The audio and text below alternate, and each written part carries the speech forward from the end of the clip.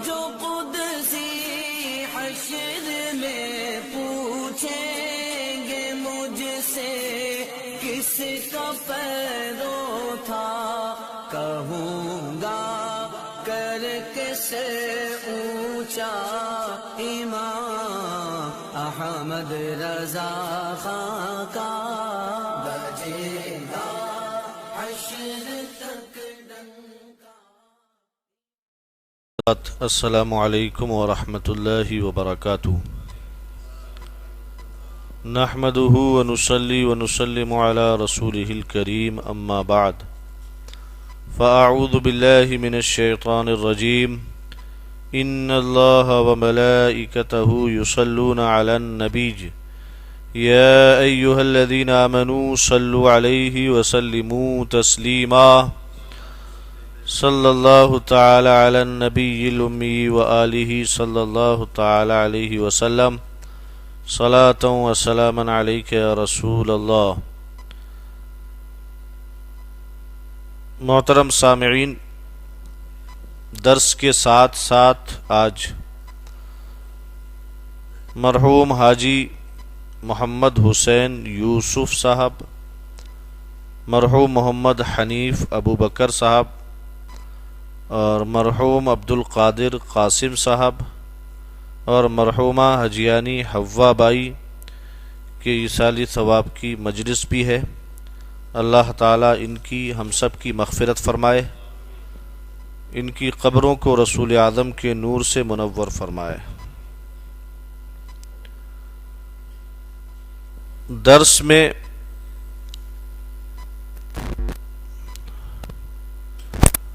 امام اعلی حضرت رضی اللہ تعالیٰ عنہ کے لکھے ہوئے قصیدہ سلامیہ کے حوالے سے گفتگو مسلسل چل رہی ہے، اور یہ سلسلہ چلتے چلتے سیدتنا فاطمۃ الزہرا رضی اللہ تعالیٰ عنہا تک پہنچ چکا ہے۔ بہت ہی مشہور و معروف جو قصیدہ سلامیہ ہے، اس میں اعلیٰ حضرت رضی اللہ تعالیٰ عنہ نے خاص طور پر 3 شعر سیدہ فاطمہ رضی اللہ تعالیٰ عنہ کی عظمت میں اور ان کی شان میں بیان کیے اور ان کی اداؤں پر سلام پیش کیا ہے۔ جیسے کہ رسول اعظم صلی اللہ علیہ وسلم کے جگر کا ٹکڑا یہ سیدہ فاطمہ کے تعلق سے فرمایا، یہ دراصل بخاری شریف کی حدیث کے ٹکڑے کا ایک ترجمہ ہے۔ یہ اسی طریقے سے فرمایا حجلہ آرائے عفت۔ عفت کا مطلب ہوتا ہے پاک دامنی، پاک دامن۔ ہم بہت بولتے ہیں پاک دامن عورت، پاک دامن عورت۔ تو پاک دامنی کے فضل و کمال کو سنوارنے والی، حجلہ کے مطلب ہوتا ہے پالکی اور آرا مطلب ہوتا ہے سنوارنا۔ تو عزت و عفت کی پالکی کو سنوارنے والی یعنی عزت و پاک دامنی کی عظمت کو سنوارنے والی سیدہ فاطمۃ الزہرا رضی اللہ تعالی عنہا شرم و حیا کا پیکر تھیں۔ اسی نسبت سے اعلیٰ حضرت رضی اللہ تعالی عنہ نے آپ کو حجلہ آرائے عفت سے یاد کیا ہے۔ فرمایا جس کا آنچل نہ تو چاند نے دیکھا نہ ہی سورج نے دیکھا، تو وہ جو سر پر چادر رکھی جاتی تھی وہ اتنی برکت والی تھی کہ اس کے آنچل کو چاند و سورج نے نہیں دیکھا۔ یہاں پر ایک ذہن میں سوال پیدا ہوتا ہے، بھی چادر جب سر پہ پڑتی ہے تو چاند سورج دیکھے گئی؟ کیوں امتیاز بھائی چاند سورج تو ہے ہی نا، اوپر ہے وہ تو۔ جب چادر سر پہ پڑے گی تو چاند سورج ہمارے سر پہ ٹوپی ہے، ہم باہر نکلیں گے چاند سورج دیکھے گا نہیں دیکھے گا؟ رات میں نکلے تو چاند نے دیکھا، دن میں نکلے تو سورج نے دیکھا، لیکن اعلیٰ حضرت فرماتے نہ تو چاند نے دیکھا نہ سورج نے دیکھا، اور پھر اسی چادر پر جو آپ کے سر پہ تھی اسی پہ سلام بھی پیش کیا. فرمایا اسی ردائے نزاہت پہ لاکھوں سلام. اس سوال کا جواب کون دے گا؟ ہاشم بھائی دیں گے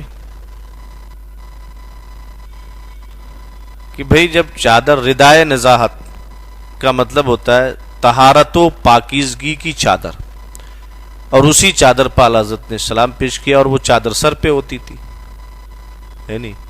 جب سر پہ ہوتی تھی تو سیدہ خاتون جنت باہر وغیرہ جیسے رسول اعظم کے گھر پہ جاتی تھی, تو ایسا تو نہیں ہے کہ چاند و سورج کی نظر نہ پڑتی ہو یہ, لیکن اعلیٰ حضرت فرماتے نہ تو چاند نے دیکھا نہ ہی سورج نے دیکھا. عثمان بھائی اچھا پاکیزگی تو پاکیزگی اور طہارت, ہاں ہاں ہاں ہاشم بھائی کچھ قریب جا رہے ہیں. ہاں ہاں ہاں ہاں ہاں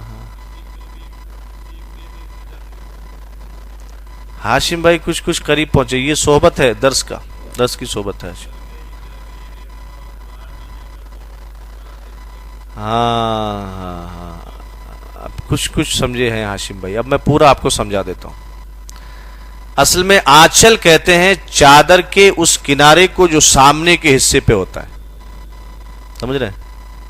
اب آنچل کو اس چادر کے آنچل کو نہ چاند نے دیکھا نہ سورج نے دیکھا, اس کی ایگزامپل کیا ہوگی, اس کو مثال سے سمجھیں گے تو بالکل کلیئر ہو جائے گا. مثال کے طور پر اگر کسی لیڈی نے چادر اپنے سر پہ ڈالی اور ڈالنے کے بعد اس کا کنارہ نیچے کو آ گیا, سمجھ رہے ہیں, اور جب وہ چلے تو نظر جھکا لے. اب آپ میرے بولنے پہ بول رہے ہیں. تو جب وہ چلے تو چادر کا جو آنچل ہے, چادر آنچل کہتے ہیں چادر کے سامنے والے کنارے کو, تو لہذا جب وہ چادر ڈالی اور اس کا کنارہ آگے کر لیا بہت نیچے کو, اور پھر نظر جھکا لی, تو اس چادر کے اوپر کے حصے پہ تو نظر پڑے گی, لیکن وہ چادر کا جو کنارہ سر سے اوپر نیچے آیا, چہرے سے بھی نیچے آیا اور نظر جھک گئی, تو اس کنارے پر نہ تو کبھی سورج کی نظر پڑے گی نہ ہی کبھی چاند کی نظر پڑے گی. اور اس سے بتانا یہ مقصود ہے کہ فاطمہ کتنا پردے کا اہتمام کرتی تھی کہ آپ کی چادر کا آنچل اتنے نیچے کو آ جاتا تھا کہ چاند و سورج بھی نہیں دیکھ پاتا تھا اس کو. سمجھے ہاشم بھائی؟ تو اس چادر پر کہ جو چادر پردے میں اتنی زیادہ اہتمام کے ساتھ اوڑھی جاتی تھی, وہ چادر مبارک پاکیزگی کی وہ چادر تھی, طہارت کی, پردے کی چادر تھی وہ. تو چونکہ اتنے عظیم الشان انداز میں حضرت فاطمہ اس کو اوڑھتی تھی کہ وہ اس کا جو آگے والا پلو ہوتا ہے وہ نیچے, اتنا نیچے آ جاتا تھا کہ اس کی, اور پھر آپ نگاہیں جھکا لیتی تھی کہ نہ تو چاند کی نظر پڑ پاتی تھی نہ ہی سورج کی. اور اس سے آپ کے پردے کا مکمل اہتمام سمجھ میں آتا ہے کہ اتنا زیادہ آپ پردہ کرتی تھیں سیدہ فاطمہ الزہرا. آج کنیز فاطمہ تو بہت ہے نہیں, لیکن حضرت فاطمہ کے اس جلوے کی جھلک نظر نہیں آتی ہے. سمجھے بات؟ تو اب اعلیٰ حضرت رضی اللہ تعالیٰ عنہ نے اس لیے چادر نہیں فرمایا بلکہ آنچل کو نہیں دیکھا ہے چاند اور سورج نے. آگے فرمایا سیدہ ظاہرہ. تو اب بات ہماری چل رہی تھی ظاہرہ پر. ظاہرہ یہ عربی کا ورڈ ہے اصل میں. اس کا مطلب ہوتا ہے لغت کے اعتبار سے, ڈکشنری میں ہم تلاش کریں گے تو ایک تو ڈکشنری میں معنی یہ ملے گا کہ سیدہ فاطمہ کا لقب, اور دوسرا مطلب ہوتا ہے تر و تازہ پھول. کیا ہوتا ہے؟ تر و تازہ, بالکل صبح فجر کی نماز کے بعد جائیے, شبنم گری ہو اور پھول کھل کے آیا ہو تو وہ ہوتا ہے تر و تازہ پھول. یا پھر فرمایا کہ چمکدار کلی, پھول جب نکلتا ہے تو پہلے کلی آتی ہے پھر وہ پھولتے پھولتے بڑا ہوتا ہے. تو روشن اور چمکدار کلی کا معنی ہوتا ہے ڈکشنری میں ظاہرہ. ظاہرہ, ظاہرن, ظاہرہ سب قریب المعنی ہیں, ایک دوسرے کے قریب ہے.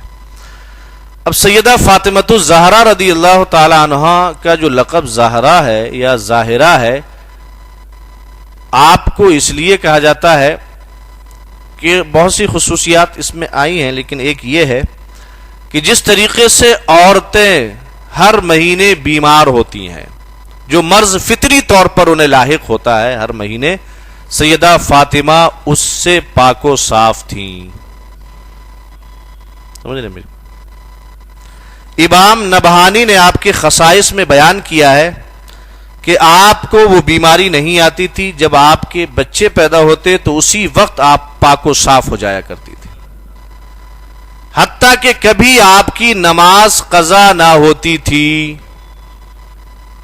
جب یہ مرض عورتوں کو ہوتا ہے تو نماز کی رخصت ہوتی ہے، لیکن آپ کے ساتھ ایسا ہوتا ہی نہیں تھا کہ آپ کو نماز کی رخصت ہو، اس لیے آپ کی نماز قضا نہیں ہوتی تھی، اسی وجہ سے آپ کو زہرا کہا جاتا ہے.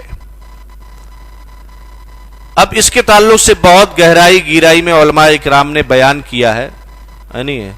اعلیٰ حضرت رضی اللہ تعالی عنہ نے اسی لیے آپ کو فرمایا کہ تیری نسل پاک میں ہے بچہ بچہ نور کا، ہے نہیں؟ تیری نسل پاک میں ہے بچہ بچہ نور کا، تو ہے عین نور، تیرا سب گھرانہ نور کا. آگے فرمایا جان احمد کی راحت. میرے آقا صلی اللہ علیہ وسلم کا آسمانی نام احمد اور رسول اعظم صلی اللہ علیہ وسلم جان مانا روح اور راحت مانے سکون. رسول اعظم صلی اللہ علیہ وسلم کی جان یعنی روح کا سکون سیدہ فاطمہ کی ذات تھی. سیدہ فاطمہ الزہرا رضی اللہ تعالی عنہ کی ذات. اس کی مثالیں بھی بہت ہیں. آپ جب سفر پر جاتے تو سیدہ فاطمہ رضی اللہ تعالی عنہ کے گھر ضرور جاتے، اخیر میں ازواج مطہرات سے ملے، اور جب بالکل اخیر وقت ہوتا تھا رخصتی کے کہ اب جا ہی رہے ہیں تو پہلے سیدہ فاطمہ کے گھر تشریف لے جاتے تھے، کیونکہ وہ جان احمد کی راحت تھی. اور پھر جب رسول اعظم واپس تشریف لاتے تو پہلے سیدھے سیدہ فاطمہ کے گھر تشریف لاتے، بعد میں ازواج مطہرات اپنے گھر تشریف لے جاتے، لیکن پہلے کیا ہے سیدہ فاطمہ کے گھر آتے تھے، کیونکہ وہ جان احمد کی راحت ہے، میرے آقا صلی اللہ علیہ وسلم کی روح کا سکون ہے. حضرت سیدہ عائشہ صدیقہ رضی اللہ تعالی عنہ فرماتی ہیں کہ صورت اور سیرت میں سیدہ فاطمہ رسول اعظم صلی اللہ علیہ وسلم کا نمونہ اور آئیڈیل تھیں. صورت اور سیرت، صورت کہتے ہیں ظاہری شکل کو، چہرہ مہرہ، اور سیرت کہتے ہیں کردار، اخلاق، گفتگو، بات چیت، یہ ہوتی ہے اندر کی سیرت آدمی کی. تو سیرت اور صورت دونوں میں رسول اعظم صلی اللہ علیہ وسلم کا آئیڈیل تھی، نمونہ تھی. فرماتی ہیں ما رأیت احدا اشبہ، میں نے بیٹھنے اٹھنے چال ڈھال اور برتاؤ میں فاطمہ سے بڑھ کر کسی کو رسول اعظم کے مشابہ نہیں دیکھا ہے. رسول اعظم صلی اللہ علیہ وسلم کی مشابہ تھی. اور میرے آقا صلی اللہ علیہ وسلم نے آپ کی تربیت بھی اسی انداز میں فرمائی تھی، اسی روحانی انداز میں، یعنی اسی بابرکت انداز میں فرمائی تھی. اس کی مثالیں بہت ساری ہیں. ایک مرتبہ رسول اعظم صلی اللہ علیہ وسلم سیدہ فاطمہ کے گھر تشریف لے گئے تو آپ سیدہ فاطمہ نے عرض کیا یا رسول اللہ علیہ السلام کہ مجھے علی نے ہار دیا ہے سونے کا، حضرت علی رضی اللہ تعالی جس کو میں نے پہنا ہے. رسول اعظم صلی اللہ علیہ وسلم نے اتنا فرمایا، اتنا سنا تو فرمایا اے فاطمہ کیا تجھے یہ پسند ہے کہ لوگ یہ کہیں کہ محمد صلی اللہ علیہ وسلم کے بیٹی کے گلے میں آگ کی زنجیر پڑی ہوئی ہے؟ آپ لوگ چونک گئے ہوں گے.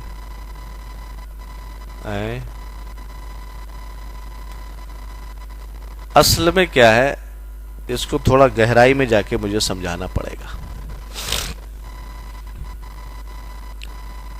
فتاوی شامی میں علامہ ابن عابدین شامی نے تقوی کے مختلف طبقے لکھے ہیں، ڈپارٹمنٹ ہے تقوی. تو اس میں فرمایا عام لوگوں کا تقوی یہ ہے کہ وہ حرام چیزوں سے بچتے رہیں. ہمارا اور آپ کا تقوی کہ حرام چیزوں سے بچتے رہیں اور فرائض و واجبات پر عمل کریں تو ہم متقی ہیں. آج کے زمانے میں اگر آدمی جو ہم اور آپ، میں بھی آپ ہی میں شامل ہوں اور آپ مجھ میں شامل ہیں، ہم اور آپ اگر حرام چیزوں سے بچ رہے ہیں اور نمازوں کی پابندی یعنی فرائض و واجبات پر عمل کر رہے ہیں تو ہم متقی ہیں. کیا ہے؟ تقوی کا یہ بھی ایک ڈپارٹمنٹ ہے، ایک مرتبہ رتبہ ہے تقوی کا. پھر اور جب جو صالحین ہوتے ہیں، کیا ہوتے ہیں؟ صالحین، ان کا تقوی اور بڑھ جاتا ہے. وہ کیا ہے؟ تقوی کے معاملے میں شک و شبہ والی چیز سے بھی بچتے ہیں، حالانکہ وہ حلال ہے. شک و شبہ والی چیز سے بھی بچتے ہیں. جیسے مثال کے طور پر کسی ہوٹل میں پہنچے، گوشت سامنے آ گیا، انہیں شک ہوا یار یہ کہیں ذبح شرعی ہوا ہے کہ نہیں ہوا ہے، کسی مسلمان کے ہاتھ کا ہے کہ نہیں ہے. حالانکہ شک کی بنیاد پر بہت سی چیزیں جائز ہوتی ہیں، لیکن بچنا کیا ہوتا ہے؟ بہتر ہوتا ہے. اب جو صالحین ہوتے ہیں وہ اس سے بھی پرہیز کرتے ہیں. ان کے نزدیک یہ کہ اب اسے ہٹا دو ہمارے سامنے سے. یہ ان کا تقوی ہے. پھر اور تقوی کے اعلیٰ درجات جو اخص الخواص لوگ ہوتے ہیں، اللہ کی بارگاہ کے مقبول ہوتے ہیں، وہ دنیا اور دنیا کی طرف بلانے والی ہر چیز سے دور ہو جاتے ہیں. دنیا اور دنیا کی زیب و زینت کرنے والی ہر چیز سے دور ہو جاتے ہیں. تو سیدہ فاطمہ کا جو تقوی تھا، اس تقوی کی مثال یہ تھی کہ دنیا اور دنیا کی ہر زیب و زینت والی چیز وہ ہمارے استعمال کے لائق نہیں ہے، لہذا اسے نکال کر پھینک دو. سمجھ رہے میری بات؟ تو اسی وجہ سے رسول اعظم صلی اللہ تعالی علیہ وسلم سب سے زیادہ متقی، کیا ہے؟ سب سے بڑے متقی، یعنی کہ سب سے زیادہ اللہ سے ڈرنے والے میرے آقا صلی اللہ علیہ وسلم ہیں. اسی لیے آپ نے فرمایا دنیا جیفت و طالبہا، فرمایا دنیا کیا ہے؟ مردار ہے، و طالبہا مردود، اس کا طلب کرنے والا مردود. حالانکہ ہم لوگ دنیا طلب کرتے ہیں. تو یہ کیا ہے؟ انسان کی اپنی اپنی کیا ہے؟ معیار کے حساب سے ہے. جن کا تقوی بہت زیادہ بلند ہوتا ہے وہاں پر جا کر جائز چیزیں بھی ان کے اپنے نزدیک ناجائز ہو جاتی ہیں، اس لیے وہ اس سے بچتے ہیں. تو رسول اعظم صلی اللہ تعالی علیہ وسلم نے دنیا کی ہر چیز کو اپنے آپ سے دور کر دیا تھا. اگر چاہتے تو دنیا آپ کے قدموں کے نیچے پڑی رہتی، ہمیشہ سونا چاندی بن کر پڑی رہتی، مگر میرے آقا نے فرمایا ہم نے آخرت کو پسند کر لیا ہے اور دنیا کو بالکل چھوڑ دیا ہے. تو یہ میرے آقا صلی اللہ علیہ وسلم کا تقوی تھا. وہاں پر یہ چیزیں بھی کیا ہے؟ معیوب ہو جاتی ہیں. اس لیے میرے آقا نے فرمایا اسے گلے سے نکال دو.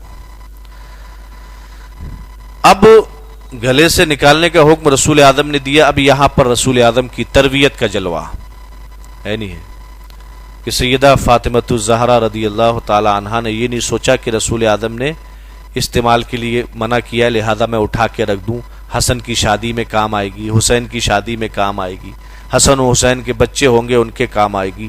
نہیں، رسول اعظم کی تربیت کا نتیجہ کہ آپ نے وہ ہار جو ہے بیچا، بیچنے کے بعد جو پیسہ ملا اس سے غلام خریدا، اور غلام خریدنے کے بعد اس کو اللہ کے لیے آزاد کر دیا آپ نے.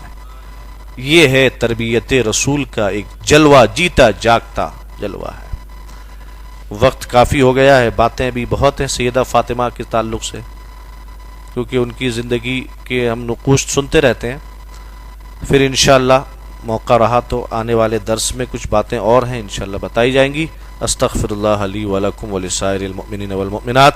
السلام علیکم ورحمۃ اللہ وبرکاتہ.